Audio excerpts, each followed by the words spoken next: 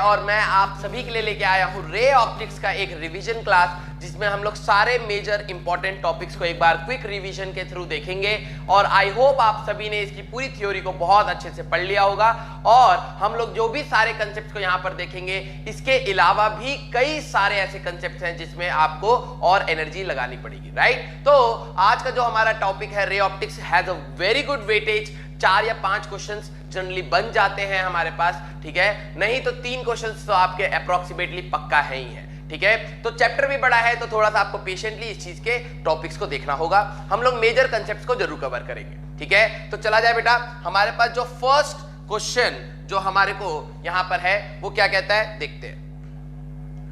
A light bulb is placed between two plane mirrors inclined at an angle of 60 degree. बेटा, तो अगर हमारे पास 2 plane mirrors हैं इस टाइप से, ठीक है, तो इनके बीच का एंगल हमारे पास दे दिया है 60 डिग्री।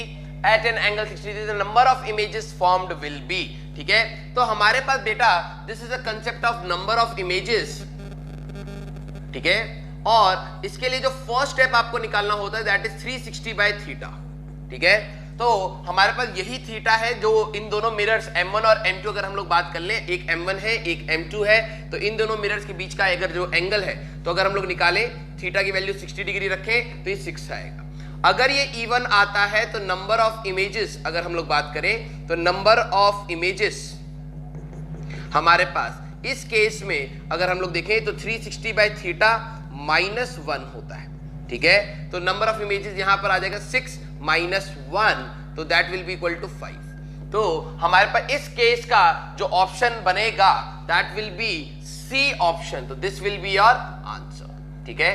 मेरा थोड़ी सी तबियत खराब है, लेकिन आई होप इतनी एनर्जी से आप पढ़ लेंगे, ठीक है। थोड़ी सी नहीं, थोड़ी सी ज्यादा ही तबियत खराब है, बहुत हेडेक है एंड ऑल, ठीक है। लेकिन फिर भी अगर हम लोग देखें तो हमारे पास 360 बाय थीटा कैलकुलेट आउट करेंगे। अगर इवन आता है तो ये होएगा, फिर अगर ऑड आ जाता है तो आपको फिर से सिमेट्रिकल और अनसिमेट्रिकल एक्सिस वाला चेक करना होता है, तो वहां से आप एक बार फॉर्मूले को रिवाइज करिएगा, ठीक है। तो हमारे पास यहां पर ये कंसेप्ट लगा। चला जाए अगले क्वेश्चन पे। Okay, it is desired to photograph the image of an object placed at a distance of 3 meter from a plane mirror. एक प्लेन मिरर है बेटा हमारे पास, ठीक है। इससे हमारे पास एक ऑब्जेक्ट है, यहां पे मान लेते हैं हम लोग एक ऑब्जेक्ट है which is at a distance of 3 meter from the plane mirror, इस टाइप से, ठीक है, from the plane mirror. The camera which is at the distance 4.5 meter from the mirror. तो मान लीजिए कि हमारे पास जो कैमरा है, ठीक है, यहां पर है camera which is at a distance of 4.5 meter from the mirror, इस टाइप से दे दिया है, okay. From the mirror should be focused at a distance. अगर हमें इसकी इमेज खींचनी है, ठीक है, अगर देखो उन्होंने क्या कहता है, camera which is at a distance 4.5 meter from the mirror should be focused for a distance of. अगर आपको इसकी इमेज की फोटो खींचनी है तो आपको ही पता है फॉर अ प्लेन मिरर, अगर हम लोग देखें तो ऑब्जेक्ट डिस्टेंस प्लेन मिरर, हमारे पास object distance is equal to हमारे पास इमेज डिस्टेंस, ये कंसेप्ट होता है। तो अगर हम लोग देखें बेटा, जो ऑब्जेक्ट है वो कहीं ना कहीं यहां पे 3 मीटर की दूरी पर पे था, तो इसकी एक इमेज बनेगी which is will be again at 3 meters, ये आ गया, ठीक है। तो जो कैमरा है जब वो इस पे फोकस करेगा तभी उसकी क्लियर इमेज आएगी। तो हमारे पास फोकसिंग लेंथ की अगर हम लोग बात करें तो that focusing length should be equal to focusing length, ठीक है, that should be equal to हमारे पास 4.5 मीटर प्लस 3 मीटर, ठीक है। तो that will be equal to 4 5 6 7 7.5 meter. तो आप अपना ऑप्शन ढूंढ सकते हैं बेटा, तो that will be equal to D option, that will be your answer, ठीक है। तो सिंपल है कंसेप्ट, ओके। तो यहां पर जो हम लोगों ने कंसेप्ट यूज किया है बेटा, प्लेन मिरर के लिए object distance is equal to image distance, वहां से हम लोगों ने लॉजिक लगाया। चला जाए अगले क्वेश्चन पे।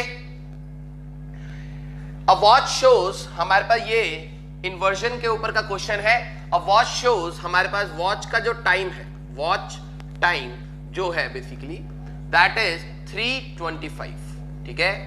हमारे पास when seen through a mirror the appear time will be, ठीक है। तो हमारे पास लेटरल इन्वर्जन आपको पता है हो जाता है, तो इमेज का जो टाइम यहां पे हम लोग निकालते हैं, image time that will be equal to, हम लोग यहां पे माइनस करेंगे 1160 में से माइनस कर लेना 3:25 को, ठीक है। अगर मिनट्स अगर हमारे पास इस टाइप से है, अगर इन सेकंड्स होता ठीक है, मतलब यहाँ पे 325 के बाद कुछ सेकंड्स भी अगर हो रहे होते तो हम लोग लिखते हैं 11, 59 और 60 minus R minutes and seconds. ये आप लॉजिक लगा सकते हैं, ठीक है। तो हमारे पास 11, 60 में से 325 हमें माइनस करना है, तो ये 5 आ जाएगा, ये 4 हो गया, ये 2 आ जाएगा, ये 5 हो जाएगा, है ना, ये कट के हमारे पास 5, ये 3 आ जाएगा, ठीक है, और 8, 9, 10, 11, 8:35 हमारे पास इमेज का टाइम आएगा, ठीक है। तो आपको अगर सेकंड के साथ भी दे रखा होगा तो वो कंसेप्ट लगा लेना। तो this will be your answer. अगर हम लोग देखें तो A option that will be your answer, ठीक है। तो this is the concept of a inversion time, मतलब इमेज जो बनेगी वो इन्वर्टेड टाइम के साथ बनती है, तो कैसे इसको कैलकुलेट करा जाएगा, ठीक है। चला जाए अगले क्वेश्चन पे। ओके, हमारे पास जो गिवन कंडीशन है अ वर्चुअल इमेज, तो सबसे पहली चीज हमारे पास वर्चुअल इमेज है। वर्चुअल इमेज हमेशा इरेक्ट बनती है, ठीक है, वो हमेशा इरेक्ट होती है, ये आपको याद रखना है, ठीक है। 3 times means height of image is nothing but 3 times of height of object दे दिया है, ठीक है। Is obtained with a concave mirror, हमारे पास एक कॉनकेव मिरर है, ठीक है, okay. Of radius of curvature that is 36, ठीक है। तो focal length that is equal to r/2, तो अगर हम लोग ध्यान से देखें तो 18 सेंटीमीटर हमारे पास उसका फोकल लेंथ आ जाएगा, ठीक है। The distance of the object from the mirror is, हमारे पास डिस्टेंस ऑफ द ऑब्जेक्ट, तो बेसिकली देखा जाए बेटा तो एक कॉनकेव मिरर का एक फोकस होगा और एक सेंटर ऑफ कर्वेचर होगा। मैग्नीफाइड इमेज, ये कहीं ना कहीं हमारे पास मैग्नीफाइड इमेज बना रहा है, लेकिन अगर हम लोग ध्यान से देखें वो वर्चुअल भी होनी चाहिए। वो तभी केस आता है जब ऑब्जेक्ट फोकस और हमारे पास पोल के बीच में होता है, ठीक है। ये 18 हो गया, ये 36 हो गया, ठीक है। तो आंसर कहीं ना कहीं 0 से 18 के बीच में होना चाहिए, तो डी ऑप्शन तो पहले एलिमिनेट हो गया, ठीक है। तो ये तो हमारे पास नहीं है, ओके। अच्छा, तो अगर हम लोग ध्यान से देखें बेटा, जो मैग्निफिकेशन या हमारे पास मिरर फॉर्मूला होएगा, मिरर फॉर्मूला अगर मैं बात करूं तो 1/f that is equal to 1/v plus 1/u होता है, and magnification which is height of image by height of object that is equal to minus of v/u, ये होता है, ठीक है। तो अगर हम लोग हाइट ऑफ इमेज की बात करें तो ये 3, ठीक है, इक्वल टू माइनस v/u आ गया, ओके। तो ये आ जाएगा 3u का negative that is equal to v, क्या गया, ठीक है। यहां से हम लोग देख सकते हैं। तो फोकल लेंथ, जब भी यहां पर लाइट पड़ेगी बेटा तो हमारे पास लाइट का डायरेक्शन, इंसिडेंट रे का डायरेक्शन जो होता है वही हमारे लिए पॉजिटिव डायरेक्शन लेंगे, तो ऑब्जेक्ट डिस्टेंस हमारे लिए u नेगेटिव होगा, ठीक है, और फोकल लेंथ भी नेगेटिव होगा। दोनों वैल्यूज हम लोग नेगेटिव लेके चलेंगे, तो -1/18 plus equal to 1/v plus 1/-u, तो u नेगेटिव यहां पे भी रख रहे हैं, u नेगेटिव यहां पे रखोगे तो ये आ जाएगा 3u, ठीक है, since u is negative, okay. तो यहां पर आ जाएगा -1/18 equal to 1/3u minus 1/u, तो -1/18 इक्वल टू, यहां पे अगर मैं 3u कॉमन ले लूं, एलसीएम ले लूं, तो यहां पर आ जाएगा हमारे पास 1 - 3 इस टाइप से, तो -1/18 is equal to -2/3u, minus से माइनस चला गया, ये हमारे पास 6 हो गया। u की बात करोगे तो 6 दूनी 12, हम लोग नेगेटिव पहले लेके चल रहे हैं, तो हमारे पास बी ऑप्शन हमारे पास आंसर आ जाएगा, सिंपल, ठीक है। तो जितनी बार भी आप अपनी इक्वेशंस यूज करते हैं उसमें साइन वैल्यूज रखेंगे तो आपका आंसर कभी गलत नहीं होगा, ठीक है। चला जाए बेटा अपने नेक्स्ट क्वेश्चन पे। Okay, the minimum distance between an object and it's real image for a concave mirror. अगर मैं कॉनकेव मिरर के रे डायग्राम्स पे ध्यान से देखूं बेटा, तो कॉनकेव मिरर के लिए अगर ये फोकस है, ये सेंटर ऑफ कर्वेचर है, तो हमें ये पता है एक कंडीशन, जब ऑब्जेक्ट सेंटर ऑफ कर्वेचर पे होता है तो इमेज भी सेंटर ऑफ कर्वेचर पे इस टाइप से बनती है। तो ये रियल एंड इन्वर्टेड है, रियल एंड इन्वर्टेड है, और इनके बीच का जो डिस्टेंस उस समय आता है, मिनिमम डिस्टेंस जो इस समय है दैट इज 0, ठीक है। अगर आप इसको यहां ले जाएंगे तो ये और दूर भाग जाएगा। जैसे मान लो आप ए पोजीशन पे लेके गए तो ए प्राइम जो इसकी इमेज होगी ज्यादा दूर बनेगी, ठीक है। और अगर आप इसको यहां पे लेके जाओगे बी पे तो ये इधर भाग जाएगा बी प्राइम पर, ठीक है, तो बेसिकली डिस्टेंस तो कहीं ना कहीं बढ़ेगा ही, राइट। तो हम लोगों को यहां पर ध्यान से देखना है,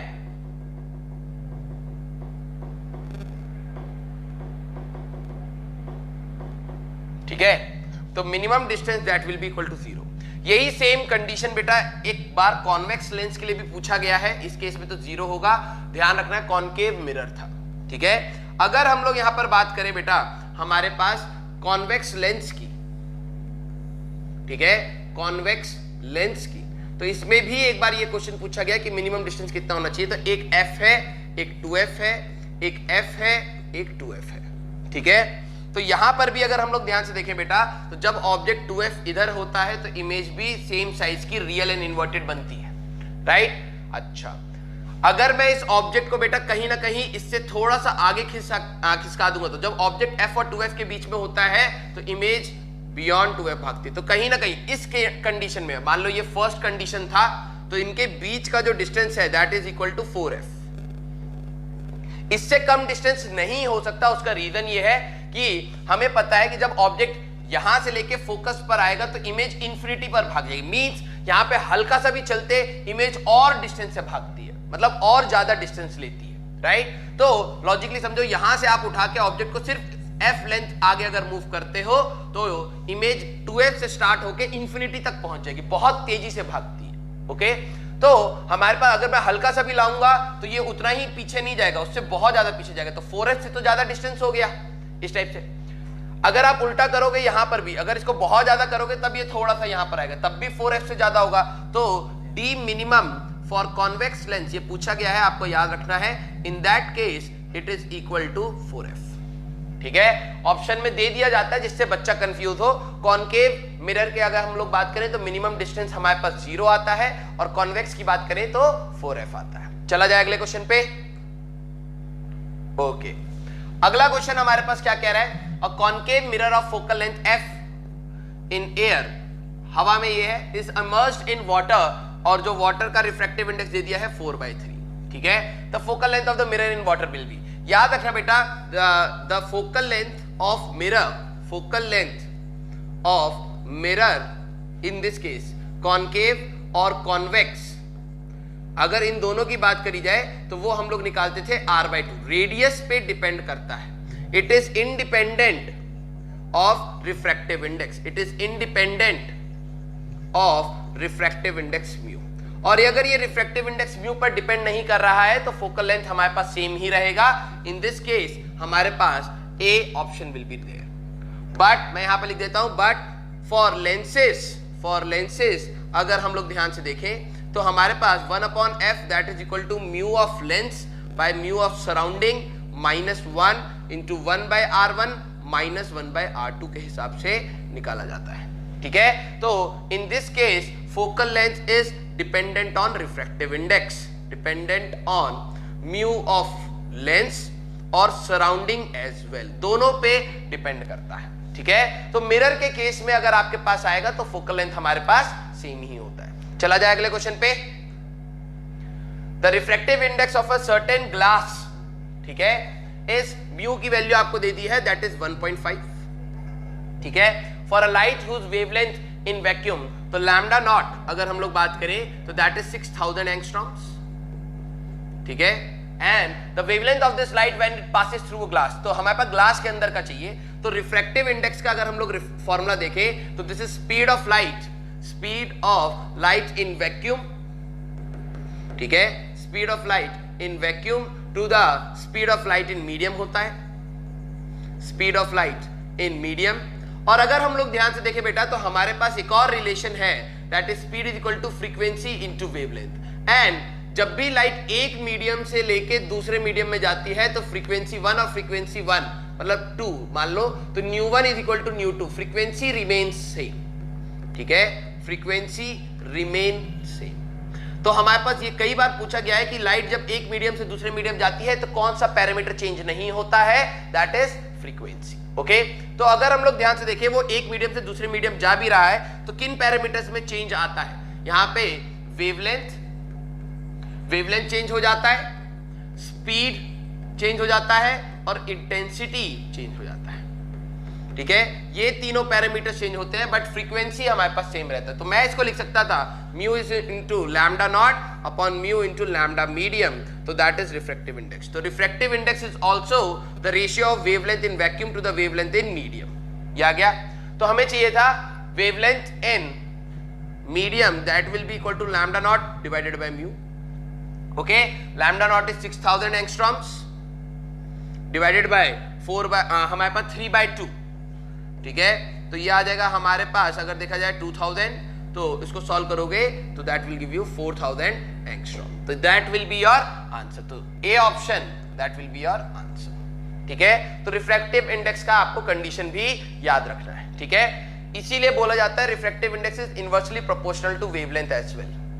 मीडियम का रिफ्रैक्टिव इंडेक्स, ये मीडियम का ही रिफ्रैक्टिव इंडेक्स निकाल रहे हैं, ठीक है। तो that is inversely proportional to हमारे पास वेवलेंथ। ओके, चला जाए अगले क्वेश्चन पर।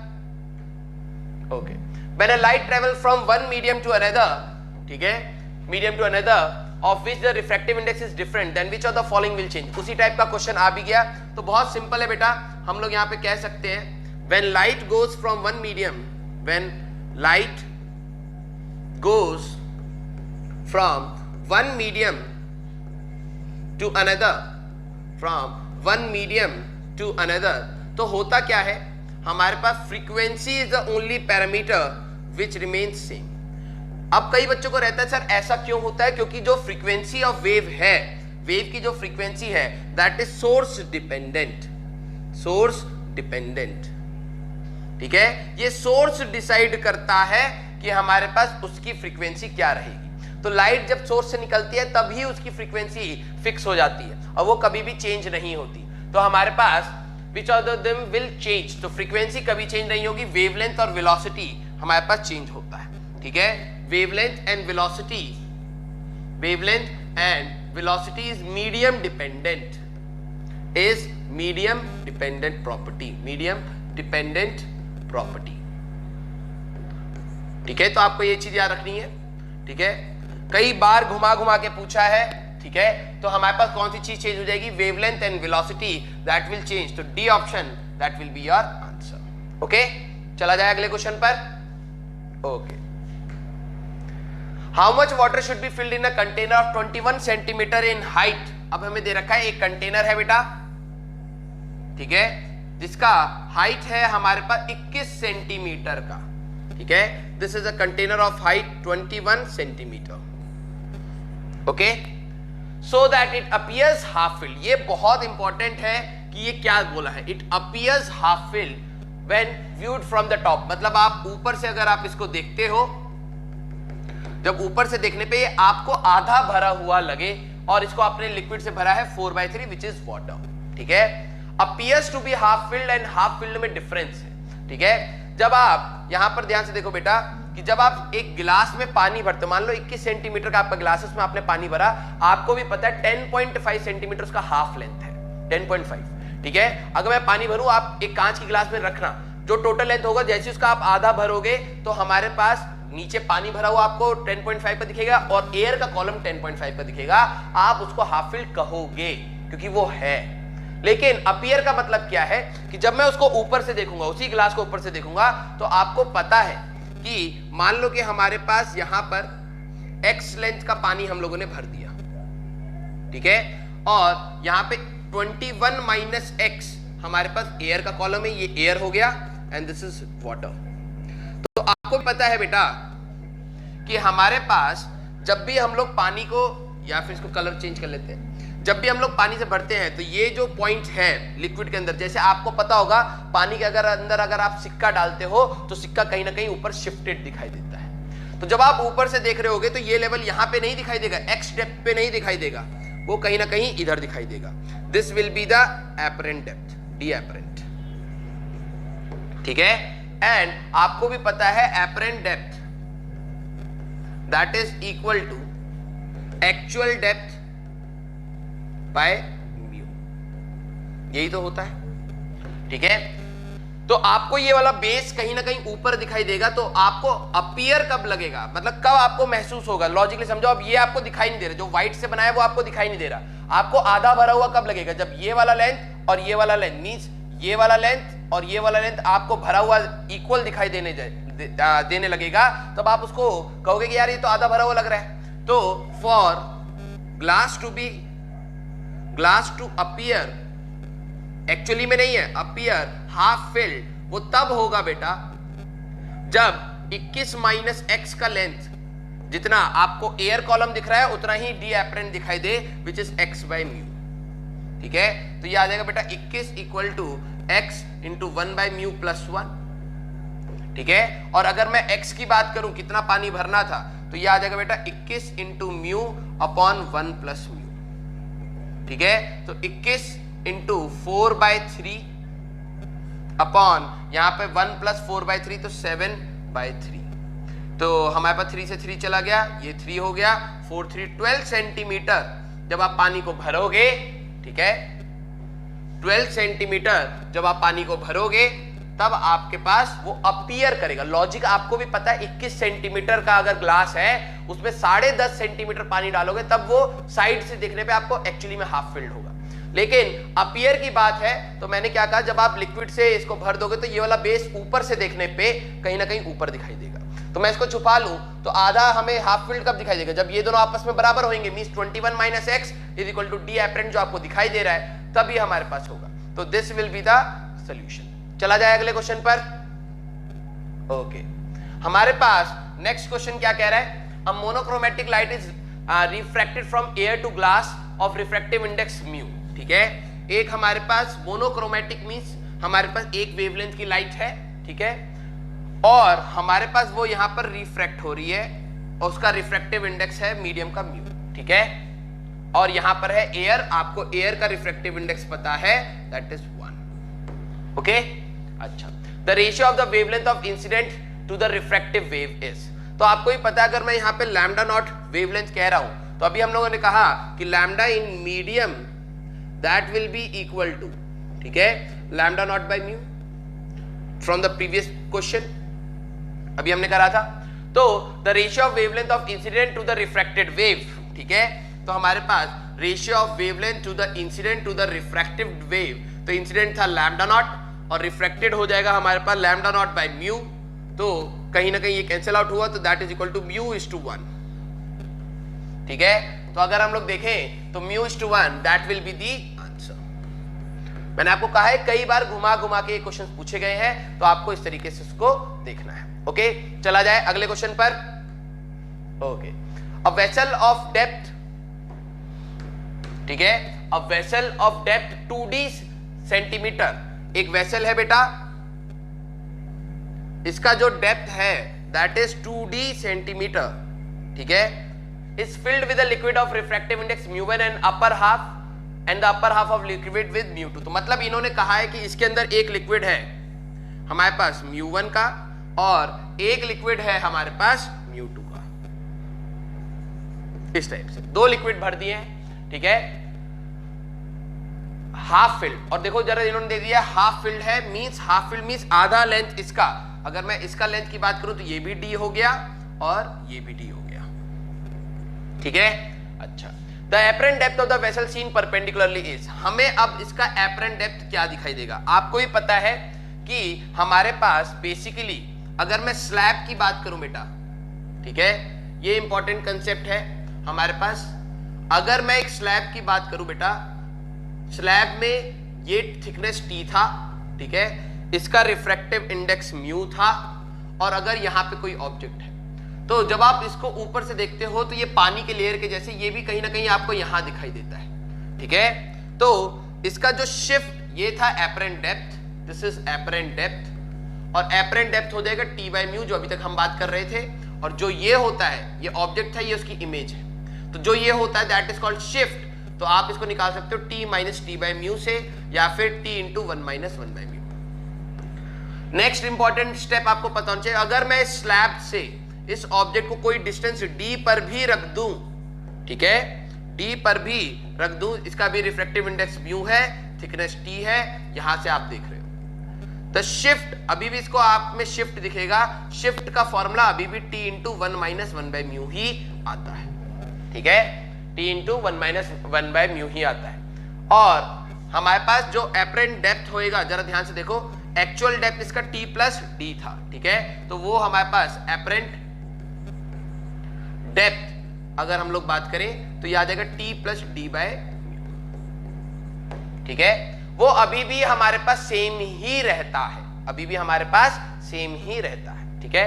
तो सेम चीज, और अगर ऐसे मल्टीपल हो तो मल्टीपल शिफ्ट्स भी ऐड हो जाते हैं। For multiple slabs, for multiple slabs अगर मैं बात करूं तो हमारे पास shift of 1 plus shift of 2 इस टाइप से हमारे पास ऐड हो जाते हैं, टोटल शिफ्ट अगर आपको निकालनी है, ठीक है। तो अगर हम लोग यहां पर ध्यान से देखें बेटा, तो हमारे पास इन्होंने पूछा है the apparent depth of the vessel seen, तो ये कहीं ना कहीं इधर कहीं दिखाई देगा, ठीक है। तो एपरेंट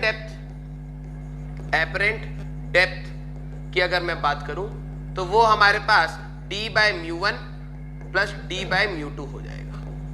इसका एक्चुअल अगर हम लोग देखें, सिर्फ ये होता तो ये d बाय μ1 करता, और ये होता तो शिफ्ट, जैसे देखो ऊपर वाले स्लैब से ये कितना डिस्टेंस है उससे कोई लेना देना नहीं है, एपरेंट डेप्थ तो d बाय μ2 ही होएगा, ठीक है।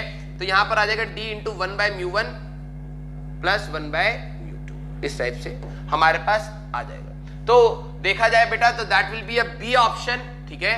तो this will be your answer, means हमारे पास दूसरे स्लैब से कोई लेना देना नहीं है, दोनों के इंडिविजुअल शिफ्ट या दोनों के इंडिविजुअल एपरेंट डेप्थ आप ऐड कर सकते हो। ओके, चला जाए अगले क्वेश्चन पर। ओके, हमारे पास नेक्स्ट क्वेश्चन है, a beam of light is converging towards a point I on a screen. एक लाइट है इस टाइप से कन्वर्ज कर रही है, ठीक है, at a point I on the screen. मान लो यहां पे स्क्रीन है, okay. A glass plate of thickness whose thickness t in the direction of beam, तो हमारे पास यहां पर एक ग्लास प्लेट लगा दिया गया है जिसका थिकनेस हमारे पास कहीं ना कहीं t दे दिया है, ठीक है। एंड रिफ्रैक्टिव इंडेक्स म्यू, इसका रिफ्रैक्टिव इंडेक्स म्यू दे दिया है। Is introduced in the path of the beam, the converge point is shifted by, ठीक है। तो अभी हम लोगों ने देखा बेटा शिफ्ट ड्यू टू स्लैब जो था हमारे पास t into 1 minus 1 by mu का था। एक स्लैब जो शिफ्ट क्रिएट कर सकता है that is t into 1 minus 1 by mu. अब बात यह है कि ये किधर होएगा, अवे हो जाएगा। ये शिफ्ट हमारे पास जो ये शिफ्ट आएगा या तो इधर इमेज बन सकती है या तो इससे दूर बन सकती है, तो किधर होगा। तो आप इसका रे डायग्राम देख लेना, अभी तक तो सीधे आ रहा था, अब क्या होगा, ये रेयर टू डेंसर जा रहा है तो टुवर्ड्स नॉर्मल शिफ्ट होगा और फिर इसके पैरेलल शिफ्ट हो जाएगा, तो कहीं ना कहीं ये इससे अवे हो जाएगा। तो आपको शॉर्ट फॉर्म में बात करूं तो कभी भी, जैसे मान लो इसको थोड़ा सा इलेबोरेट करके देखें, स्लैब ऐसे था, लाइट कहीं ना कहीं ऐसे जा रही थी, ठीक है। पहले डॉटेड फॉर्म में लाइट पहले ऐसे जा रही थी, ठीक है। अगर लाइट अब आ रही थी तो यहां पर आई तो rare to denser towards the normal, और आपको भी पता है एपरेंट शिफ्ट हो जाती थी हमारे पास इस टाइप से, ठीक है।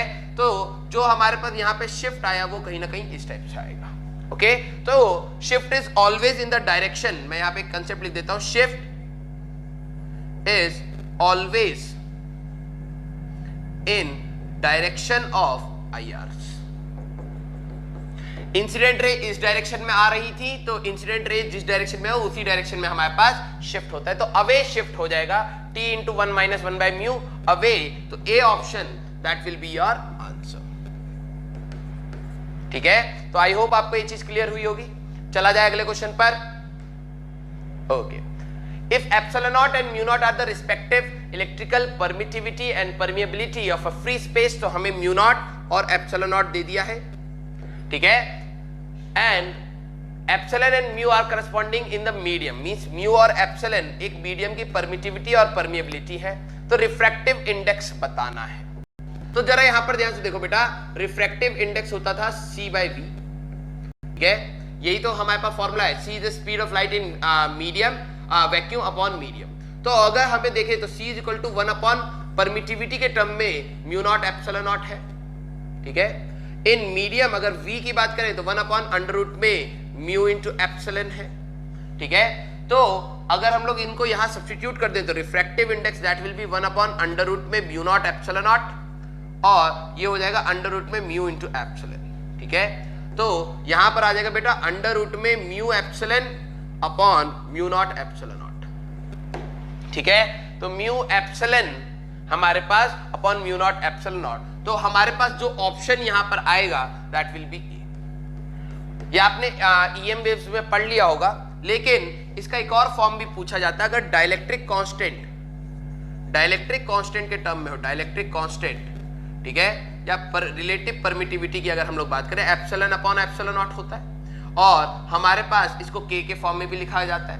रिलेटिव परमिएबिलिटी की बात करें तो म्यू अपॉन म्यू नॉट होता है, ठीक है। तो अगर आप ध्यान से देखो म्यू अपॉन म्यू नॉट और एप्सिलॉन अपॉन एप्सिलॉन नॉट, तो ये कहीं ना कहीं हमारे पास रिलेटिव परमिएबिलिटी और रिलेटिव परमिटिविटी के फॉर्म में भी रिफ्रैक्टिव इंडेक्स को लिखा जा सकता है, ठीक है। तो आपको ये चीज का ध्यान रखना है कि किस फॉर्म में क्वेश्चन दे रखा है। तो हमारे पास जो ऑप्शन है वो परमिटिविटी और परमिएबिलिटी के फॉर्म में है, तो उस हिसाब से हमारे पास ए ऑप्शन आता है, ठीक है। चला जाए अगले क्वेश्चन पर। Okay, on a glass plate a light wave is incident at an angle 60 degree. एक ग्लास प्लेट है बेटा, ठीक है, इस पे जो लाइट इंसिडेंट हो रही है उसका जो एंगल ऑफ इंसिडेंस है that is always measured from the normal, और ये है 60 degree. If the reflected and refracted wave, मतलब यहां पर लाइट रिफ्रैक्ट भी हो रही है और आपको पता है मीडियम चेंज हो रहा है तो डेविएशन फ्रॉम द पाथ भी होगा, ठीक है, तो वो रिफ्रैक्ट भी हो रही है इस टाइप से, ओके।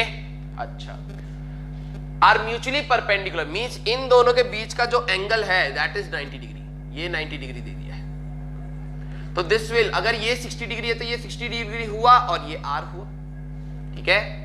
तो अगर हम लोग ध्यान से देखें, इन्होंने पूछा क्या है, refractive index of the material, ठीक है। तो मैं यहां पे लिख देता हूं this is reflected and this is refracted, ठीक है। तो ये तो हमें पता लग गया क्योंकि angle of incidence is equal to angle of reflection से हमें पता लग गया। अच्छा, तो अगर हम लोग लाइन ए बी के हिसाब से देखें, ठीक है, तो हमारे पास 60 plus 90 plus R linear pair 180 degree होना चाहिए, तो 150 plus R is equal to 180 degree आया, तो आर की बात करोगे तो 30 डिग्री आ गया, ये आ गया। तो क्या मैं यहाँ पे स्नेल्स लॉ लगा सकता हूं? स्नेल्स लॉ, क्योंकि रिफ्रैक्शन हो रहा है तो स्नेल्स लॉ हम लोग लगा ले, ठीक है। तो वो होएगा refractive index of air into sine of 60 is equal to refractive index of medium into sine of 30, या था refractive index of air 1 sine 60 √3/2, that is medium हमें निकालना है साइन 30 1/2, तो ये कैंसिल आउट हुआ। मीडियम का refractive index that is coming out to be √3, okay. तो हमारे पास जो आंसर यहां पे बन रहा है दैट इज दिस। आप बाद में बेटा, this is also called Brewster's angle, this is also called Brewster's angle, ठीक है, which will be used in polarisation. आपने पोलराइजेशन जब आप पढ़ोगे तो यही हमारे पास प्रीविस्टस एंगल होता है या पोलराइजिंग एंगल होता है, जहां पर मीडियम पे हिट करते लाइट पोलराइज हो जाती है। चला जाए अगले पे। Okay, this is a important NCERT concept question, ठीक है, बैक एक्सरसाइज का क्वेश्चन है, उसका एप्लीकेशन है basically. A fish is little away from the below of the surface of the lake if the critical angle is 49 degree, ठीक है, then the fish could see things above the water surface within an angular range theta। हमारे पास अगर इसका critical angle इस medium के लिए अगर है तो 49 डिग्री है, तो वो किस रेंज में, किस एंगुलर रेंज में बाहर की चीजों को देख पाती है। तो जरा यहां पर समझना होता क्या है कि अगर मान लो कि यहां पर कोई मीडियम है, ठीक है, ये मान लो कि हमारे पास यहां पर कोई मीडियम है, ठीक है, और अगर हमारे पास कोई भी सोर्स है S, तो इसमें से लाइट तो हर डायरेक्शन में निकलेगी। जो लाइट यहाँ पे नॉर्मल हिट करेगी वो सीधे चली जाएगी, उसका तो कोई पंगा ही नहीं, क्योंकि एंगल ऑफ इंसिडेंस 0, तो एंगल ऑफ रिफ्लेक्शन या रिफ्रैक्शन दैट विल बी 0, ठीक है। जो लाइट हमारे पास यहां से इधर हिट करी तो रेयर डेंसर टू रेयरर, जब भी लाइट जाती है तो shift away from the normal ऐसे हो जाएगी। लेकिन एक कंडीशन ऐसी आएगी बेटा, आपके पास एक कंडीशन ऐसी आएगी कि जब लाइट यहां पर क्रिटिकल एंगल पर हिट कर रही होगी तो लाइट यहां से पैरेलल टू द सरफेस ऐसे जाएगी, ऐसे, ठीक है। मींस इन 3 डायमेंशनली अगर मैं ध्यान से देखूं तो एक रीजन होएगा जिस रीजन में से ही लाइट निकल पा रही होगी, एक रीजन होगा जिस रीजन में से ही लाइट निकल पा रही होगी। क्यों? क्योंकि इसके बाद वाली लाइट जितनी भी है बेटा वो सरफेस के अंदर, क्योंकि यहाँ पे angle of incidence will be greater than critical angle, तो लाइट अंदर ही रह जाएगी, तो एक पर्टिकुलर रीजन से ही निकल पा रही होती है। ठीक है, तो हमारे को यहाँ पे सॉल्व करना आसान हो गया। क्यों? क्योंकि ये जो क्रिटिकल एंगल था वही यहाँ पर है। जरा देखो, ये वाला जो क्रिटिकल एंगल थीटा सी है वो यहाँ पर है, और ये वाला क्रिटिकल एंगल है वो भी यहाँ पर है। तो जो एंगुलर विड्थ की अगर मैं बात करूं, एंगुलर विड्थ ये किस एंगल के उसमें देख सकता है, that is twice of theta C. ठीक है, तो ट्वाइस ऑफ 49, तो ये 98 डिग्री एंगल पर पूरा आसपास देख सकता है। ठीक है, जो भी है, ये फिश है, जो भी ये जानवर है, व्हेल है, क्या है, शार्क लग रही है, तो हाँ, तो ये हमारे पास कहीं ना कहीं 98 डिग्री पर ये आपको दिखेगा। ठीक है, तो ये हमारे पास लाइट जो यहां से जा रही होगी क्रिटिकल एंगल पे इस टाइप से हो जाएगी।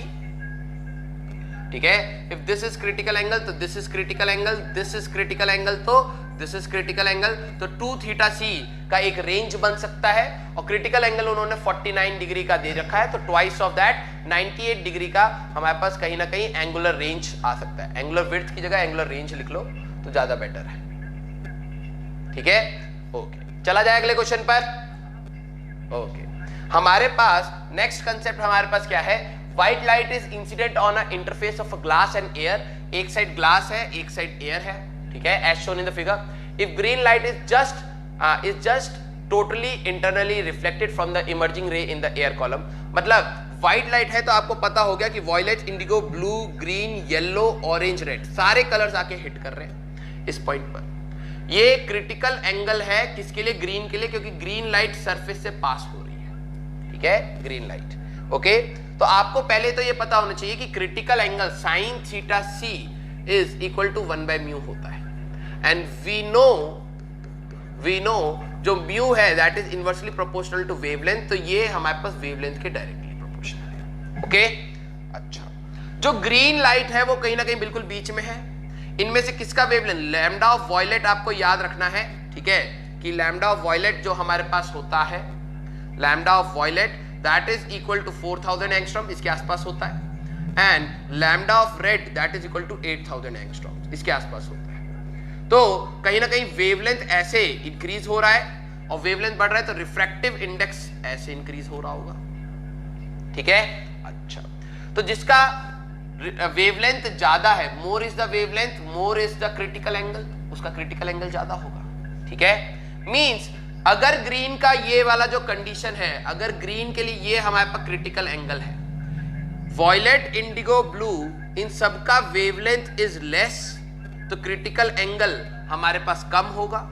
तो अगर हम लोग ध्यान से देखें, अगर ग्रीन वाला बेटा हमारे पास इस टाइप से हिट कर रहा है, ठीक है, ग्रीन अगर ऐसे जा रहा है, तो जो वॉयलेट, इंडिगो, ब्लू, ये हमारे पास यहाँ पे वॉयलेट, इंडिगो, ब्लू जब आए होंगे, इनका critical angle theta C for violet, indigo, blue is less, तो ये हमारे पास जो हिट कर रहे हैं that is more angle of incidence for, in this case angle of incidence for violet, indigo, blue is more, है ना, क्योंकि लाइट तो ऐसे हिट कर रही है, ये तो ग्रीन के लिए क्रिटिकल एंगल है, तो वॉयलेट, इंडिगो, ब्लू, ग्रीन, तो ब्लू की अगर हम लोग बात करें तो क्रिटिकल एंगल से ज्यादा हिट कर रहे हैं, तो तभी तो TIR हो जाएगा, तो वॉयलेट, इंडिगो, ब्लू इधर आ जाएंगे, ग्रीन सरफेस पे निकल गया, येलो, ऑरेंज, रेड बाहर निकल जाएंगे। ठीक है, तो ये आपको ध्यान से देखना है। ओके, तो उन्होंने बोला है कि the emerging ray in the air column, बाहर से कौन सा इमर्ज कर रहा होगा, तो yellow, orange, red, A option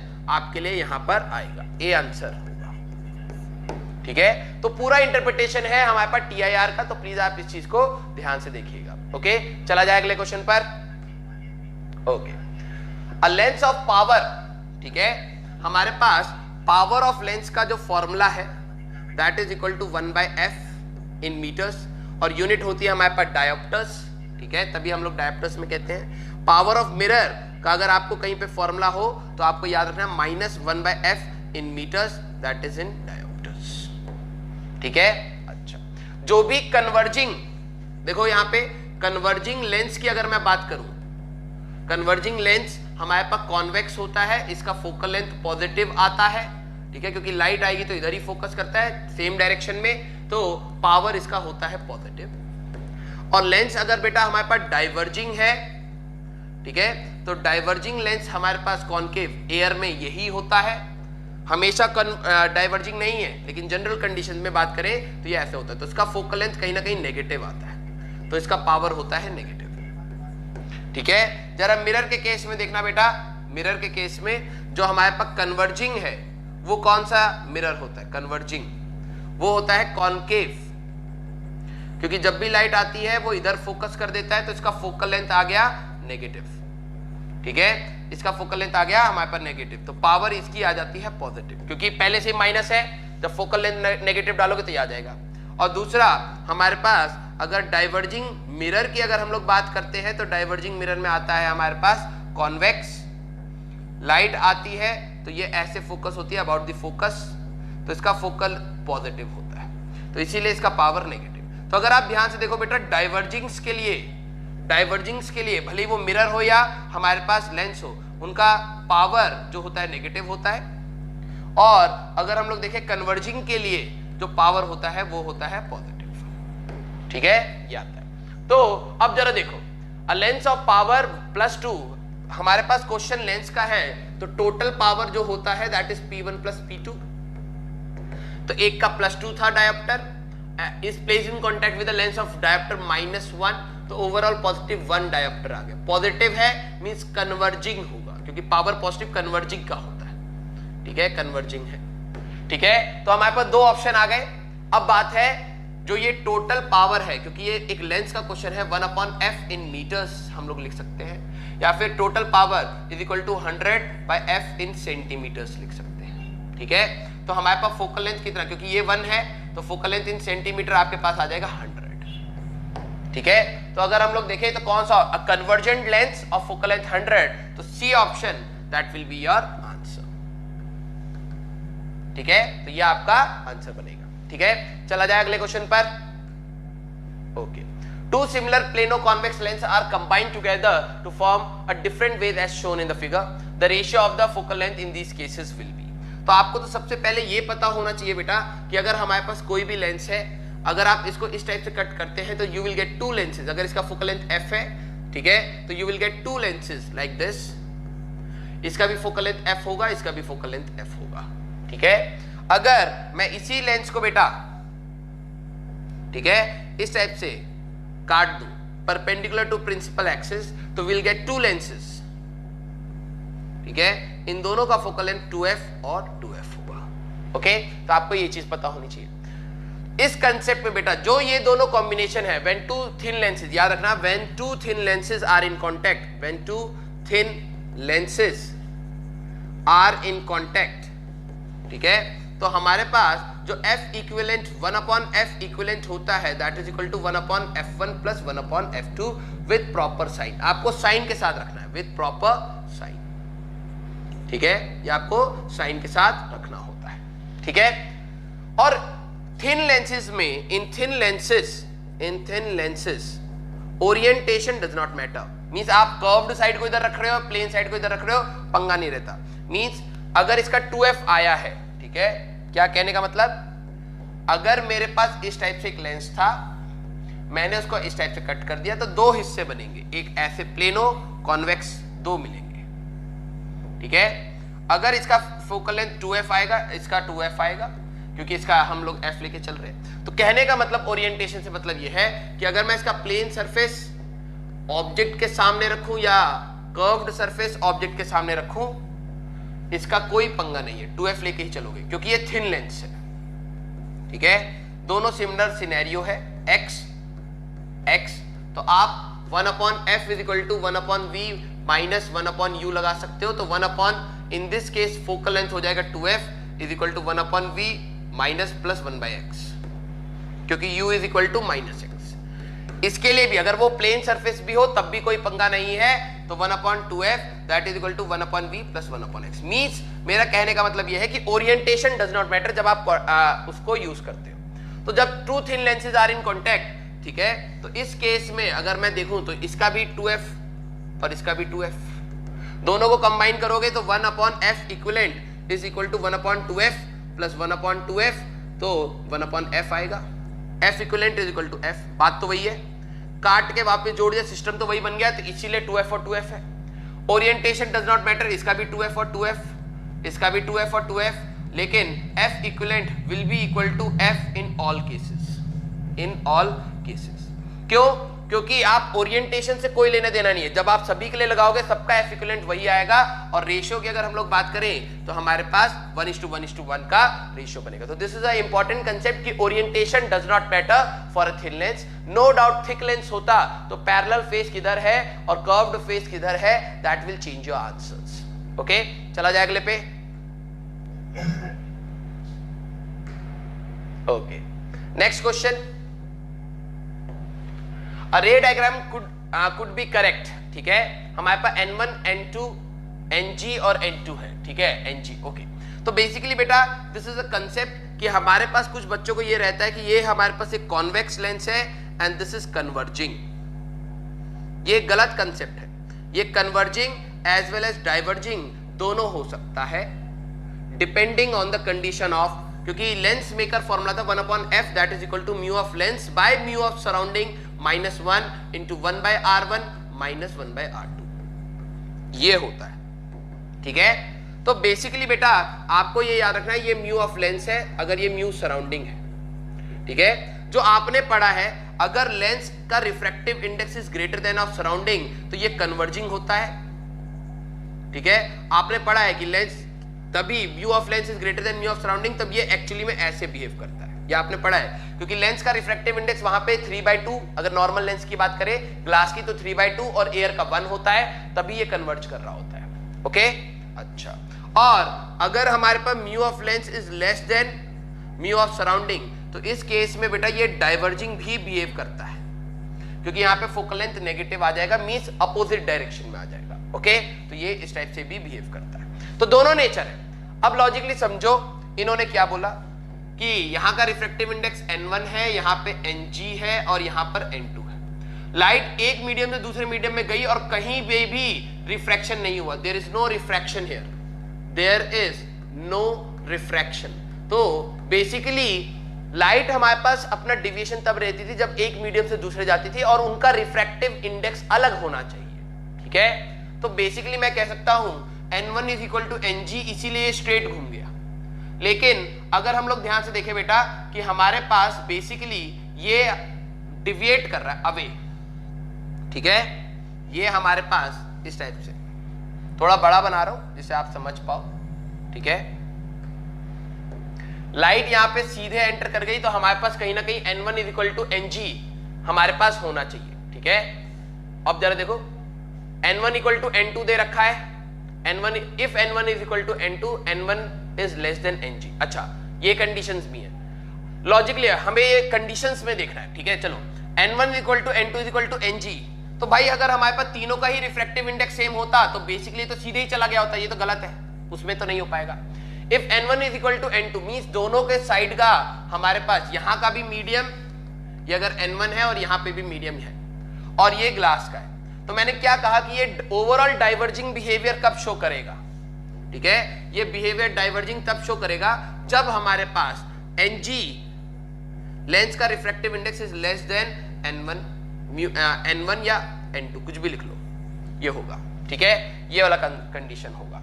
तो अगर if N1 is equal to N2, N1 is less than, नहीं, Ng is less than N1, तो ये हमारे पास सी ऑप्शन बनेगा, ठीक है। अगर आप ध्यान से देखोगे तो C option that will be your answer. Okay, तो लेंस का जो आपने बेसिक नेचर पढ़ रखा है उसमें लेंस का रिफ्रैक्टिव इंडेक्स सराउंडिंग से ज्यादा होता है। तो हमारे पास कॉन्वेक्स लेंस या कॉनकेव लेंस, दोनों ही लेंसेज अगर हम लोग देखें तो कन्वर्जिंग भी हो सकते हैं, डाइवर्जिंग भी हो सकते हैं, depending on the refractive index of the surrounding. तो प्लीज उसके ऊपर ध्यान से देखना, ठीक है। तो इन्होंने कंडीशन के हिसाब से पूछा है तो उसके हिसाब से हम लोगों ने अपने ऑप्शंस को देखा। ओके, चला जाए अगले क्वेश्चन पर। A lens is placed between a source of light and a wall, ठीक है। हमारे पास एक सोर्स है S और एक वॉल है इस टाइप से, ठीक है। It forms the image of area A1 and A2 on the wall for two different positions। Logically जरा देखना बेटा कि अगर मान लो कि हमारे पास इस टाइप से एक बार लेंस रखा तो इमेज कहीं ना कहीं बन गई, ठीक है। तो ये अगर हमारे लिए U हुआ तो ये हमारे लिए v हुआ, ठीक है। अच्छा, तो इस केस में अगर मैं मैग्निफिकेशन की बात करूं तो v बाई यू आएगा, ठीक है, ये आ जाएगा हमारे पास मैग्निफिकेशन। ये हमारे पास हाइट का मैग्निफिकेशन है। एरिया के टर्म्स में बात करें तो m स्क्वायर एरियल मैग्निफिकेशन की अगर मैं बात करूं तो वो होता था m स्क्वायर टाइम्स, ठीक है, क्योंकि ये कहीं ना कहीं हमारे पास एक side height of image by height of object को रिलेट करेगा। एरिया में हमारे पास दो लेंथ्स आ जाएंगे, ठीक है, इस वाली हाइट का मान लो एक हाइट बना, जो साइड वाला होगा उसका बनेगा, तो वो तो हमारे पास परपेंडिकुलर टू प्रिंसिपल एक्सिस है, तो लेटरल मैग्निफिकेशन ही है, तो areal magnification m square times होता है, ठीक है। अच्छा, तो एक बार तो ऐसे बना, फिर हम लोगों ने कहीं ना कहीं मिरर को या लेंस को इस टाइप से शिफ्ट किया कि इस बार v यहां पर बन जाए और u यहां पर बन जाए। ऐसा क्यों होगा, ध्यान से देखो बाय अ रे डायग्राम। अगर हम लोग एक कॉन्वेक्स लेंस का रे डायग्राम की बात करें तो एक होता है f, एक होता है 2f, एक होता है f, एक होता है 2f, ठीक है। हमारे पास अगर एक ऑब्जेक्ट f और 2f के बीच में तो बियॉन्ड इमेज बनती है, ठीक है। अब मैं क्या करता हूं, इसको दूर ले जाता हूं, तो जैसे ही आप दूर ले जाओगे तो ये ऑब्जेक्ट तो फिक्स है, लेकिन जैसे ही दूर ले जाओगे तो ये बियॉन्ड 2f हो जाएगा, ठीक है। मैंने क्या बोला कि नॉर्मल मान लो कि अगर f और 2f के बीच में है तो इमेज बियॉन्ड 2f बनती है, तो ये कंडीशन वन, ठीक है। अब मैं लेंस को दूर ले जा रहा हूं, तो ये 2f कहीं ना कहीं खिसकते हुए जैसे आएगा तो ये वाला ऑब्जेक्ट बियॉन्ड 2f हो जाएगा, तो इमेज मैं सेकेंड कंडीशन बनाता हूं ऐसे, ठीक है, ये f है, ये 2f है। अगर ऑब्जेक्ट हमारे पास खिसकाते खिसकाते बियॉन्ड 2f हो गया तो इस बार इमेज आपका इसके बीच में आ जाएगा, ठीक है, इसका इमेज आपका बीच में आ जाएगा, तो कहीं ना कहीं ये रिप्लेस हो जाते हैं। देखो जो ऑब्जेक्ट यहां पर था उसकी इमेज बन रही है, फिर दूसरी इमेज हमारे पास कब बनेगी, जब ये बियॉन्ड 2f होगा, तो यही, तो ऑब्जेक्ट और इमेज कहीं ना कहीं रिप्लेस होते हैं, तो ये इस टाइप से आएगा। तो पहले केस में तो हमारे पास ये आ गया, पहली मैग्निफिकेशन तो ये थी। सेकेंड मैग्निफिकेशन ये इमेज डिस्टेंस हो गया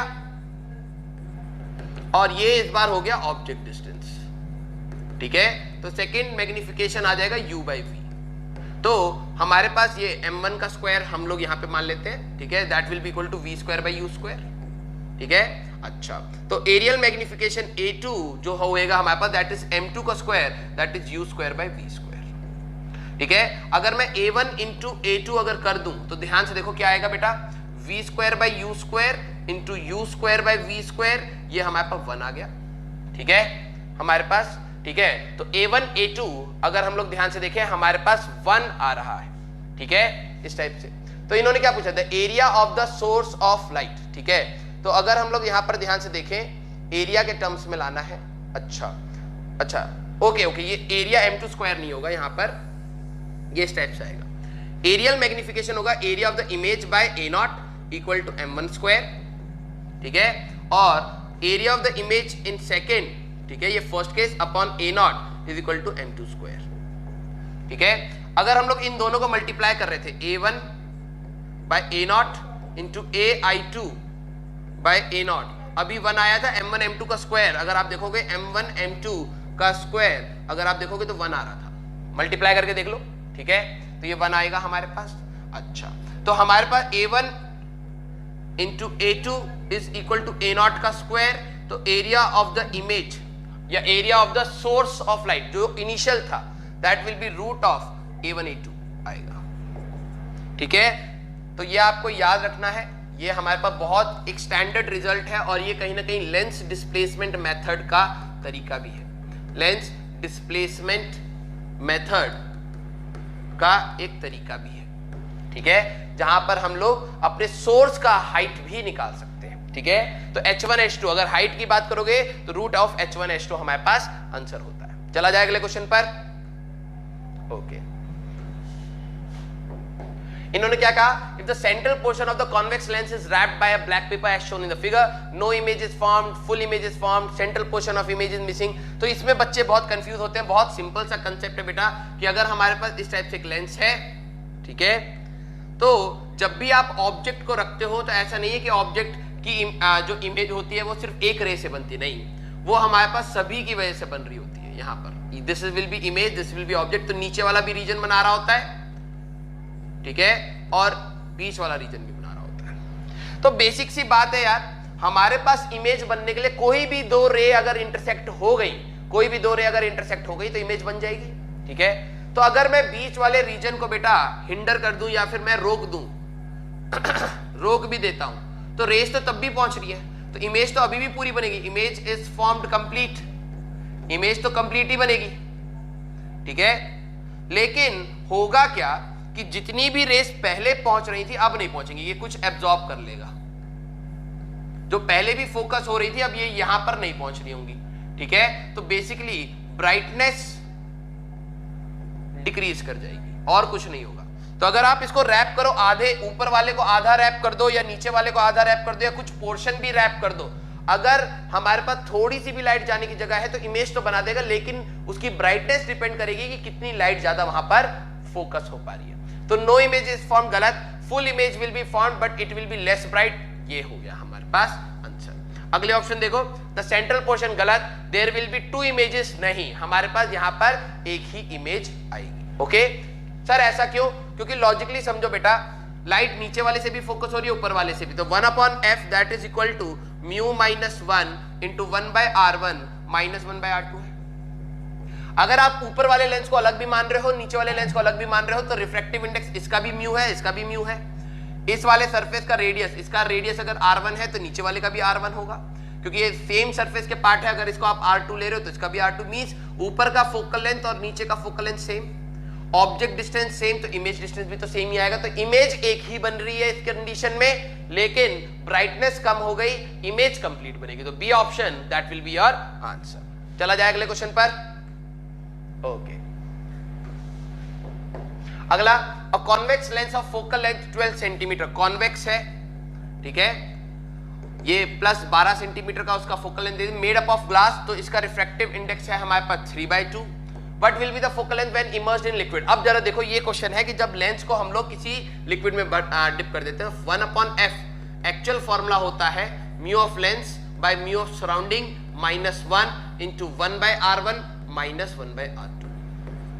ये हमारे पास लेंस मेकर फॉर्मूला का एक्चुअल रिलेशन है, ठीक है। तो हमें क्या दे दिया, मान लो मैं इसको f0 कह देता हूं बेटा, तो इनिशियली 1/f0 हमें दे रखा है mu of lens minus 1/r1 minus 1/r2, ठीक है। और हमें 1/f प्राइम चाहिए जब हमारे पास mu of lens by mu of surrounding minus 1। पहले में एयर था ना, तो एयर का रिफ्रैक्टिव इंडेक्स 1 है, ठीक है। और रेडियस तो उन्होंने चेंज नहीं करा है, तो हमारे पास रेडियस चेंज ना होने की वजह से 1/r1 माइनस 1/r2 है। दोनों का अगर मैं रेशियो ले लूं तो याद आएगा बेटा हमारे पास 1/f0 1/f प्राइम, ठीक है। तो ये आ जाएगा mu of lens minus 1 upon mu of lens by mu of surrounding minus 1, ठीक है। यही आएगा 1/f0 और 1/f प्राइम, ठीक है, ये आ गया। और ये r1 r2 हमारे पास कट जाएगा, तो this will be f prime by f0 that will be mu of lens 3/2, तो ये आ जाएगा 1/2 अपॉन हमारे पास सराउंडिंग का था 5/4, तो ये आ जाएगा बेटा 3/2 5/4 माइनस 1, ठीक है, इस टाइप से। तो f प्राइम की अगर मैं वैल्यू बताऊं जो नई वाली आएगी तो ये हो जाएगा 1/2, ठीक है, इनटू, तो अगर हम लोग देखें तो यहां पर हमारे पास 2 हो जाएगा, तो 3 to 6/5 माइनस 1, तो 1/5 इनटू यहां से f0 उधर ले जाओगे तो 12, ये हो गया 6 30। तो हमारे पास D option that will be the answer, D option that will be the answer, means आपको रेशियो लेके बस सॉल्व करना है, that will give you the answer, okay। तो आई होप आपको ये चीज समझ आई होगी। चला जाए अगले क्वेश्चन पर। ओके हमारे पास achromatic combination is made up of with a lens of focal length f, ठीक है, dispersive power omega with a lens having a dispersive power omega 2f and focal length f, ठीक है, f prime मान लो। तो for हमारे पास achromatic combination का कंडीशन आपको याद होना चाहिए। achromatic कंडीशन जो होती है that is ω1 f1 plus ω2 f2 that must be equal to 0। This is achromatic condition, ठीक है, of two combination of lens. तो ये एक हो जाएगा बेटा ω into f plus 2ω into f prime that must be equal to 0, ठीक है। तो ω हट गया, तो f prime that will be equal to f/2 negative, ठीक है। तो अपोजिट नेचर का होना चाहिए, तो minus f/2 that will be the answer, ठीक है, तो this will be the answer. Okay, simple सा कंडीशन है एक्रोमैटिक का, तो आपने क्रोमैटिज्म पढ़ा होगा, वहां से हम लोगों ने इसको यूज किया है। चला जाए अगले क्वेश्चन पर। ओके, नेक्स्ट क्वेश्चन इज हमारे पास FV and FR are the focal length of a convex lens. एक हमारे पास कॉन्वेक्स लेंस है, ठीक है, इस टाइप से।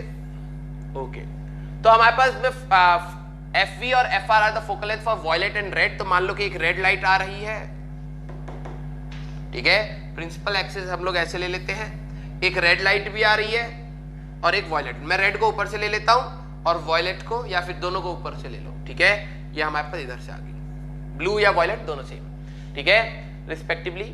If FV and FR the focal length of the convex lens for violet and red, तो हमें बताना है कि हमारे पास कॉन्वेक्स लेंस, अच्छा, small FV and small FR are the focal length of a convex lens for violet and FV and FR are focal for concave. अच्छा, दोनों के लिए, एक कॉन्वेक्स के लिए जब हम लोग बात कर रहे हैं, ठीक है, कॉन्वेक्स के लिए अगर हम लोग बात कर रहे हैं तो स्मॉल FV और स्मॉल FR को रिलेट करेंगे, और कॉन्केव के लिए अगर हम लोग बात कर रहे हैं, ठीक है, तो हमारे पास कैपिटल FV और कैपिटल FR को हम लोग रिलेट करेंगे, ठीक है, कैपिटल FV और कैपिटल FR। तो फोकल लेंथ भैया अलग क्यों होगी? क्योंकि हमें लेंस मेकर फॉर्मूला पता है, 1/f is equal to mu of lens minus 1 by surrounding भी है, अभी एयर लेके चल रहे हैं तो इस टाइप से आ गया। And we know mu is inversely proportional to wavelength. अभी बात कर रहे थे विबगियर, अगर हम लोग देखें तो lambda of red is greater than lambda of violet, तो जिसका वेवलेंथ ज्यादा होगा तो रिफ्रैक्टिव इंडेक्स उसका उतना ही कम होगा, जिसका रिफ्रैक्टिव इंडेक्स कम होगा तो फोकल लेंथ इनवर्सली प्रोपोर्शनल है, focal length of red is greater than focal length of violet, ठीक है। तो लॉजिकली होता क्या है कि हमारे पास रेड का फोकल लेंथ ज्यादा आएगा, ठीक है, तो FR ये है, और हमारे पास वॉयलेट का फोकल लेंथ कम आएगा तो FV ये है, ठीक है। तो कलर हमारे पास इस टाइप से कहीं ना कहीं डिविएट होंगे, दोनों का फोकल लेंथ अलग अलग आएगा क्योंकि रिफ्रैक्टिव इंडेक्स पे डिपेंड करता है, और रिफ्रैक्टिव इंडेक्स कहीं ना कहीं हमारे पास अगर हम लोग ध्यान से देखें तो वेवलेंथ पे, दोबारा बता रहा हूं, वॉयलेट इंडिगो इधर वेवलेंथ बढ़ता है, वेवलेंथ जिसका ज्यादा होगा उसका रिफ्रैक्टिव इंडेक्स कम, और जिसका, क्योंकि F और ये इनवर्सली प्रोपोर्शनल है, जिसका रिफ्रैक्टिव इंडेक्स कम उसका फोकल लेंथ ज्यादा, ठीक है। तो वो दोनों कंडीशन में होगा, ठीक है। अगर हम लोग ध्यान से देखें तो ये कुछ ना कुछ ऐसे डिविएट करेगा कि फोकल लेंथ इसका कैपिटल FR यहां आएगा, और ब्लू का अगर हम लोग या वॉयलेट की बात करें तो उसका फोकल लेंथ वॉयलेट का यहां कहीं आएगा, ठीक है, कैपिटल F में FV, ओके, तो ये आएगा। तो हमें बताना है कि कौन सा कंडीशन सही है। तो focal length of red is greater than focal length of violet, तो FR is greater than FV, ठीक है, और इसका फोकल लेंथ नेगेटिव में है, तो ये उल्टा मत सोच लेना, फोकल लेंथ साइन बता रहा है नेगेटिव, ठीक है, कि अपोजिट डायरेक्शन है, लेकिन वैल्यू तो ज्यादा ही आएगी ना, तो दोनों में FR will be greater than FV, FR will be greater than FV, तो यहां पर हमारे पास this option that will be the answer. Negative से मत सोचना कि यहां पे माइनस FR है, ठीक है, तो भैया माइनस सिर्फ डायरेक्शन बता रहा है कि इंसिडेंट रेस अगर हमारे पास इस डायरेक्शन में आ रही है तो this is the negative direction, focal length इधर होगा, लेकिन अगर होगा मान लो ये 12 है तो ये उससे कम होना चाहिए, तो वैल्यू वाइज अगर देखा जाए तो ये हमारे पास FR will be greater than FV in both the cases, okay. चला जाए आगे। तो अगला क्वेश्चन है बेटा हमारे पास, ठीक है, अगला क्वेश्चन है convex lens is made up of 3 different materials as shown, मतलब यहां पर हमारे पास 3 डिफरेंट मटेरियल्स हैं, तो तीनों का रिफ्रैक्टिव इंडेक्स μ1 μ2 और μ3 अलग अलग है, ठीक है। For a point object placed on it axis the number of images formed will be, तो ये बहुत रिपीटेटिव फॉर्म ऑफ क्वेश्चन है बेटा, हम लोग ध्यान से देख सकते हैं कि जो हमारे पास ये लेंस है इसके अंदर 3 मीडियम है, μ1 है, μ2 है और μ3 है, ठीक है, ये इसका प्रिंसिपल एक्सिस है। हमें पता है by lens maker formula μ1/f that is equal to μ minus 1 by r1 minus 1 by r2, ठीक है। और आपको ही पता है बेटा कॉन्वेक्स लेंस का जो ये वाला सरफेस होगा, ये रेडियस ऑफ कर्वेचर, अगर मान लो मैं R1 कह रहा हूं, ये R2 कह रहा हूं, तो 3 लेंसेज को हम लोग ध्यान से देखेंगे, एक लेंस ये वाला, ठीक है, फिर एक लेंस हमारे पास ये वाला, ठीक है, और तीसरा लेंस हम लोग एक ये वाला लेंगे। तो 3 लेंसेज को हम लोग देखें तो जो तीनों लेंसेज आ रहे हैं बेटा हमारे पास कहीं ना कहीं R1 और R2 तो तीनों लेंसेज के लिए सेम है, लेकिन हमारे पास रिफ्रैक्टिव इंडेक्स अलग होने की वजह से due to difference in mu, ठीक है, तो हमारे पास focal length will be different, simple सी बात। और फोकल लेंथ डिफरेंट होगी तो कहने का मतलब हमारे पास जो ये ऑब्जेक्ट होगा यहाँ पर, उसकी ये अलग इमेज बनाएगा, ये अलग इमेज बनाएगा, हो सकता है ये अलग इमेज बनाए, तो 3 इमेजेस हमारे पास कहीं ना कहीं फोकस होके बनेंगी, राइट। तो आपके जितने भी number of refractive index parallel to principal axis aligned होते हैं, तो आप सीधे नंबर ऑफ इमेजेस का फॉर्मूला वो कह सकते हो। तो यहाँ पे क्योंकि 3 रिफ्रैक्टिव इंडेक्स हैं, तो 3 नंबर ऑफ इमेजेस हमारे पास बनेंगे। सिंपल सा कंसेप्ट है, ठीक है, तो आप इसको याद रखिएगा। चला जाए अगले पे। Okay, a point object O, ठीक है, is placed in front of a glass rod having a spherical end of radius of curvature 30 centimetre. Means हमारे पास इस सरफेस का जो रेडियस ऑफ कर्वेचर है, ठीक है, जो रेडियस ऑफ कर्वेचर है that is equal to 30 centimeter, और एक ऑब्जेक्ट हम लोगों ने यहां पे रख दिया है, there is an object which is at a distance of 15 centimeter. तो हमारे पास लाइट जब ये इधर से इधर जाएगी, ठीक है, तो हम लोग यहां पर क्या कहेंगे, हमारे पास इनिशियल मीडियम μ1 हो जाएगा एयर, और μ2 हमारे पास ग्लास का रिफ्रैक्टिव इंडेक्स हम लोग 3/2 लेके चलेंगे, ठीक है, तो दैट विल बी 3/2। ओके, नहीं दे रखा है तो हम लोग जनरली ये लेके चलेंगे। तो यहाँ पे refraction formula mu final by v minus mu initial by u equal to mu final minus mu initial by R use करेंगे। लाइट किस फाइनल मीडियम में जा रही है, म्यू फाइनल की वैल्यू 3/2 लेंगे, म्यू इनिशियल कहां से आ रही है, वो एयर से आ रहा था तो 1 लेंगे। यू की बात करें बेटा, तो लाइट हमारे पास इस डायरेक्शन में जा रही है, तो दिस इज पॉजिटिव, तो ये हमारे पास माइनस अपोजिट डायरेक्शन में नापा जाएगा यहां से, ठीक है, सेंटर से, तो दैट विल बी -15। v हमें पता नहीं, ठीक है, और r की बात करें क्योंकि इसका सेंटर यहां पर है, तो r अगर आप नापोगे तो +30 हमें लेके चलना होगा। तो आप इन सब वैल्यूज को रख सकते हो, तो 3/2v माइनस 1/u की बात करें तो बेटा हमारे पास -15 तो +15 इक्वल टू 3/2 -1 अपॉन +30, ये आ जाएगा, ठीक है। अगर हम लोग सॉल्व करें इसको ऊपर, ठीक है, तो हमारे पास क्या आंसर आता, 3/2v, ठीक है, और यहां से आता 1/2 1/60, ठीक है ना।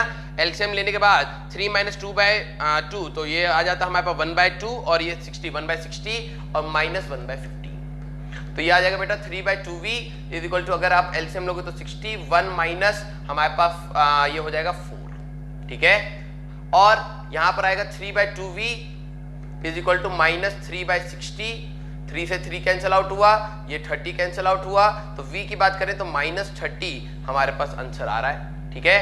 तो ये सारे डिस्टेंसेस हम लोग कहां से नाप रहे हैं, यहां से नाप रहे हैं। नेगेटिव मींस इस डायरेक्शन में, यहां पर हमारे पास 30 सेंटीमीटर, ठीक है, तो 30 सेंटीमीटर टू द लेफ्ट हमारे पास image will be formed, answer, ठीक है, तो that will be the answer. तो आपको ये चीज याद रखना है कि म्यू फाइनल क्या होता है, कई बार ऑब्जेक्ट इसके अंदर होता है, तो लाइट को आप ध्यान से देखिए, लाइट कहां पे जा रही है तो म्यू फाइनल वो बन जाएगा, कहां से आ रही है म्यू इनिशियल वो बन जाएगा। ओके, चला जाए अगले क्वेश्चन पर। Okay, when a light rays are incident on a prism at an angle of 45 degree, एक हमारे पास प्रिज्म है और लाइट रेज हमारे पास इस टाइप से इंसिडेंट हो रही है कि angle of incidence that is equal to 45 degree, ठीक है। अच्छा, the minimum deviation is obtained if the refractive index of the material is root to angle of prism। तो मिनिमम डेविएशन हमारे पास कब होएगा, जब मान लो ये एंगल ऑफ प्रिज्म a है, तो ये हमारे पास a/2 और a/2 होता था। ये आपको कंडीशन याद होनी चाहिए कि r1 + r2 equal to a हो जाता है in minimum deviation condition. In minimum deviation condition r1 is equal to r2 हमारे पास रहता है and that is equal to a/2, ठीक है। तो स्नेल्स लॉ हम लोग यहाँ पे लगा सकते हैं बेटा, तो अगर हम लोग स्नेल्स लॉ लगाएंगे तो 1 × sin of 45 is equal to mu of length into sine of a/2 आता, ठीक है। तो sin 45 1/√2 is equal to mu की बात करोगे तो √2 sin a/2, ठीक है। तो ये 1/2 sin a/2 की वैल्यू अगर हम लोग देखें तो 1/2 आ रहा है, तो ये कहीं ना कहीं a/2 π/6 होगा, ठीक है। तो a की बात करोगे तो π/3 आ जाएगा, ठीक है। तो हमारे पास π/3 इज नथिंग बट 60 डिग्री, ठीक है। तो that will be your answer, ठीक है। तो that will be your answer. Okay तो आप मिनिमम डेविएशन की कंडीशन याद रखिएगा, ये इंपॉर्टेंट एक पैरामीटर है। चला जाएगा अगले क्वेश्चन पर।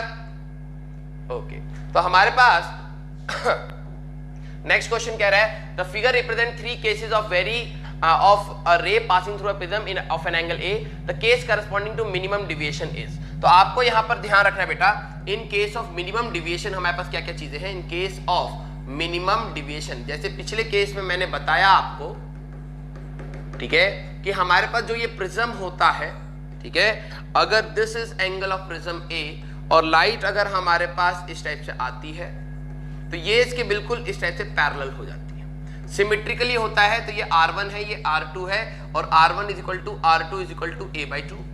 आपको ये याद रखना है। And light is parallel to the base.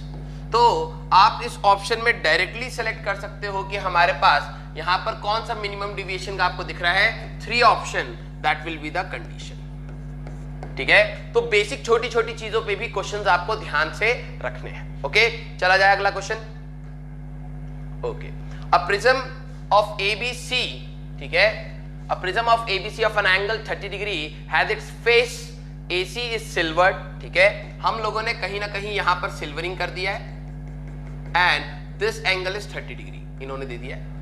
Okay light is incident at an angle of 45 degree at the face AB and retraces its path after the refraction at face AB, ठीक है। Means यहां पर जाती है और फिर इसके बाद दूसरी साइड से टकरा के वापस आ जाती है, ठीक है। The refractive index of the material, हमें म्यू की वैल्यू की बात करनी है, ठीक है। तो अगर हम लोग इसका अपना एक डायग्राम बनाएं तो ये कुछ ऐसा होगा, ठीक है। ये हमारे पास कुछ इस टाइप से है।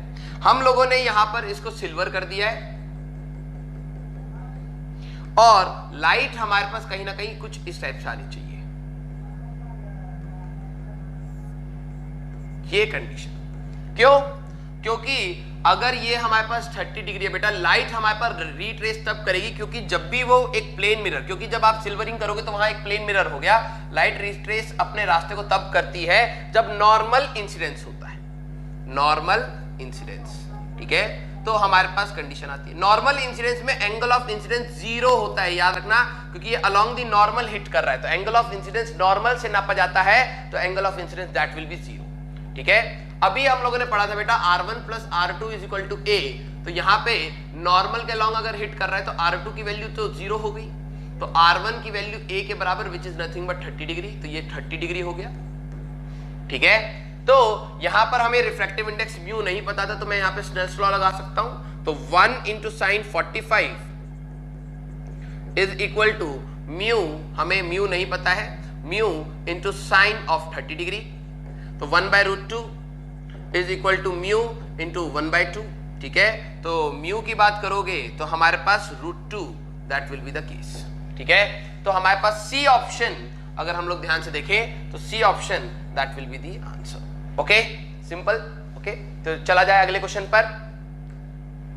ओके हमारे पास the refractive index of the flint glass for a blue, तो मींस म्यू ऑफ वॉयलेट या ब्लू आप कह सकते हो, that is 1.6333। Mu of red अगर बात करी जाए 1.6161, and refractive index of yellow हमारे पास है 1.622, ये दे दिया है। द डिस्पर्सिव पावर, तो अगर हम लोग डिस्पर्सिव पावर डेल ओमेगा की बात करें तो ये होता है mu of violet minus mu of red minus mu of yellow -1, ठीक है। और म्यू ऑफ येलो वॉयलेट की अगर हम लोग बात करें 1.6333 माइनस 1.6161 अपॉन 1.622 -1, तो आएगा 1.6333 माइनस 1.6161 डिवाइडेड बाय 0.622। जब आप इसको सॉल्व करोगे तो ये आ जाएगा बेटा हमारे पास, एक बार सॉल्व कर लेते हैं, ठीक है। हमारे पास वैल्यू क्या आ रही है, that will B 1.6333 minus 1.6161 equal two divided by 0.622, ठीक है। अगर देखो तो 0.027 के आसपास हमारे पास वैल्यू है, तो that will give U A option, ठीक है, that will give U A option. तो आपको ये चीज याद रखनी है, ठीक है। चला जाए अगले क्वेश्चन पर। ओके हमारे पास जो नेक्स्ट क्वेश्चन कह रहा है बेटा, हमारे पास when a ray of light is incident normally on one of the refracting surface of an equilateral prism, अगर हमारे पास एक इक्विलेटरल प्रिज्म है, ठीक है, तो उसका डेफिनेटली एंगल ऑफ प्रिज्म हो जाएगा हमारे पास ए 60 डिग्री, ठीक है, और रेज इंसिडेंट नॉर्मली, ठीक है, हमारे पास लाइट इस टाइप से नॉर्मली इंसिडेंट कर रही है, मींस एंगल ऑफ इंसिडेंस 0, तो आपको पता लग गया R1 0 हो जाएगा क्योंकि हमारे पास ये डायरेक्टली जाके हिट करेगी, ठीक है। इमर्जिंग रेज डिविएटेड बाय इतना, इमर्जिंग रेज डिविएटेड बाय इतना, emerging rays just grazes the second surface ray undergoing total internal reflection. अब आपको चेक करना है, तो लॉजिकली आपको पता है कि लाइट यहां पर कहीं ना कहीं हमें पता है R1 plus R2 is equal to A होता है। अगर एक नॉर्मल इंसिडेंस है तो R1 0 हो गया, मींस R2 की वैल्यू 60 डिग्री आ गई, तो यहां पर ये angle of incidence is equal to 60 degree. कि अगर ये क्रिटिकल एंगल से ज्यादा हुआ तो लाइट TIR कट जाएगी, तो कहीं ना कहीं हमें TIR का एंगल निकालना है। रिफ्रैक्टिव इंडेक्स म्यू मान लेते हैं इसका, ठीक है, और ग्लास है तो 3/2 लेके चलेंगे, mu of glass 3/2।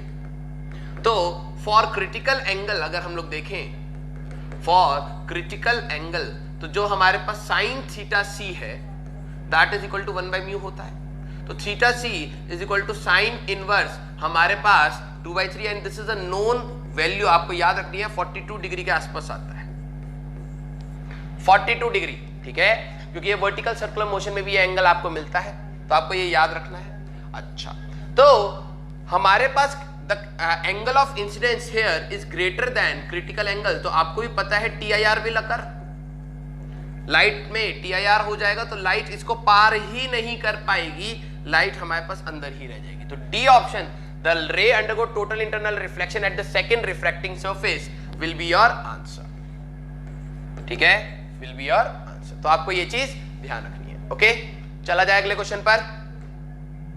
Okay, next question हमारे पास क्या कह रहा है, a given ray of light surface suffers minimum deviation in an equilateral prism P, the additional prism Q and R of identical shape and material, means इनका shape और material भी same है, मींस अगर इसका रिफ्रैक्टिव म्यू है, ठीक है, and now added at to P as shown in the figure, the ray will suffer, हमारे पास सेम डिविएशन आएगा। क्यों? लॉजिकली समझो कि हमारे पास अगर एक प्रिज्म होता था तो मिनिमम डिविएशन की कंडीशन में पैरेलल जाता था ऐसे, और हमारे पास यहां पर ये डेल्टा मिनिमम आता था, ठीक है, यहां पे एंगल ऑफ प्रिज्म ए है। अगर हमारे पास इस कंडीशन में तीनों मीडियम का रिफ्रैक्टिव इंडेक्स सेम है तो कहीं ना कहीं मीडियम ही सेम हो गया। लाइट अगर इसमें जा रही है इस टाइप से तो इसको तो सीधे पार करते हुए यहां तक पहुंच जाएगी क्योंकि मीडियम का चेंज नहीं हुआ, ठीक है, और ये लाइट ऐसे चली जाएगी। अभी भी अगर हम लोग ध्यान से देखें, अगर ये एंगल ए है, ये एंगल ए है, क्योंकि इक्विलेटरल है तो इसका एंगल ऑफ प्रिज्म अभी भी ए आएगा, बड़े वाले का भी, ठीक है। इन दोनों सरफेसेस के लिए अगर मैं ध्यान से देखूं बेटा तो एंगल ऑफ प्रिज्म अभी भी ए है, तो डिविएशन तो सेम ही रहेगा ना। ये लाइट हमारे पास ऐसे जो जा रही थी, इसका भी जो डिविएशन आएगा डेल्टा, वो इसके साथ तो मैच कर जाएगा क्योंकि एंगल ऑफ प्रिज्म अभी भी ए है, ठीक है, और पैरेलल जा रही है, बिल्कुल सेम है, तो कहीं ना कहीं deviation angle, deviation minimum will be same here, ठीक है। तो यहां पर हमारे पास डिविएशन सेम ही रहेगा, तो B option that will be the answer. Okay, तो आपको यहां पर ये चीज याद रखनी है। ओके, चला जाए अगले क्वेश्चन पर। ओके, तो नेक्स्ट क्वेश्चन है हमारे पास, the focal length of objective FO that is an eye lens FE, तो हमारे पास 1 centimetre and eye lens that is 5 centimetre, ठीक है। ऑब्जेक्टिव एंड आई लेंस दे दिया है। The magnifying power of the relaxed eye is 40। Relaxed eye means हमारे पास image is formed at infinity, relaxed eye is image is at infinity, image at infinity, ठीक है। तो लेंथ ऑफ द ट्यूब, इसका एक फॉर्मूला आपने पढ़ा होगा बेटा, magnification at infinite that is equal to length at infinity, जब इमेज इंफिनिटी बन रही है, minus of FO plus FE into D upon FO FE, ठीक है।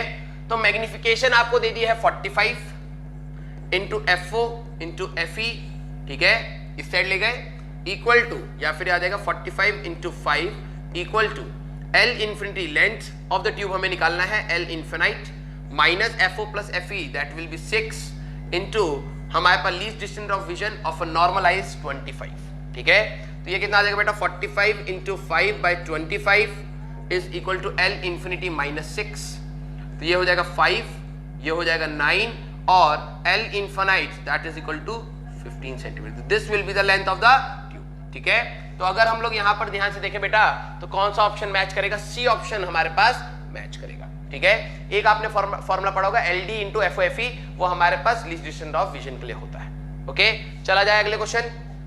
तो अगला क्वेश्चन है बेटा the focal length of objective, ठीक है, the focal length of objective and eye lens. तो हमें दे दिया है इसका 2 मीटर वैल्यू है, इसका अच्छा 5 सेंटीमीटर में दे दिया है, तो मीटर में कन्वर्ट कर लो। तो 5 divided by 100 into metres that will be 0.05 metres, ये आ गया, ठीक है। तो final image is formed at least distance of vision and infinity. तो हमें दोनों का magnifying power and least distance of vision का वैल्यू आपको पड़ा होगा -FO/FE इंटू 1 + D/FE, ठीक है, हमारे पास ये आएगा, ठीक है। तो अच्छा 1 + FE/D, 1 + FE/D ये आता है हमारे पास, ओके। तो ये हमारे पास जब आएगा तो वैल्यू रख लेते हैं बेटा -FO की बात करें तो 2 डिवाइडेड बाय 0.05 इंटू 1 + D की बात करोगे तो 25 सेंटीमीटर होता है, क्योंकि हम मीटर में चल रहे हैं, तो ये आ जाएगा 0.25 मीटर्स, ठीक है। तो ये आ जाएगा हमारे पास FE आ गया 0.05 डिवाइडेड बाय 0.25, ठीक है, और 100 कट जाएगा तो ये आ जाएगा बेटा -200/5 इंटू 1 + हमारे पास 1/5, ठीक है। तो ये आ जाएगा हमारे पास 6/5 -40 इंटू 6/5, ठीक है। तो ये हो जाएगा 8 -48।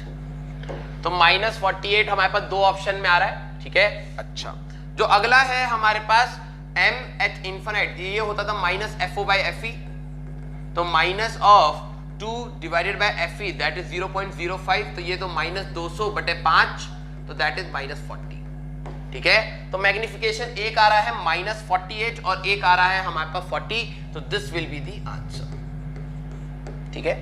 तो आई होप आपने मेजर सारे कंसेप्ट्स को एक बार रिवाइज किया होगा, ठीक है, और आपकी तैयारी बहुत अच्छे से चल रही होगी।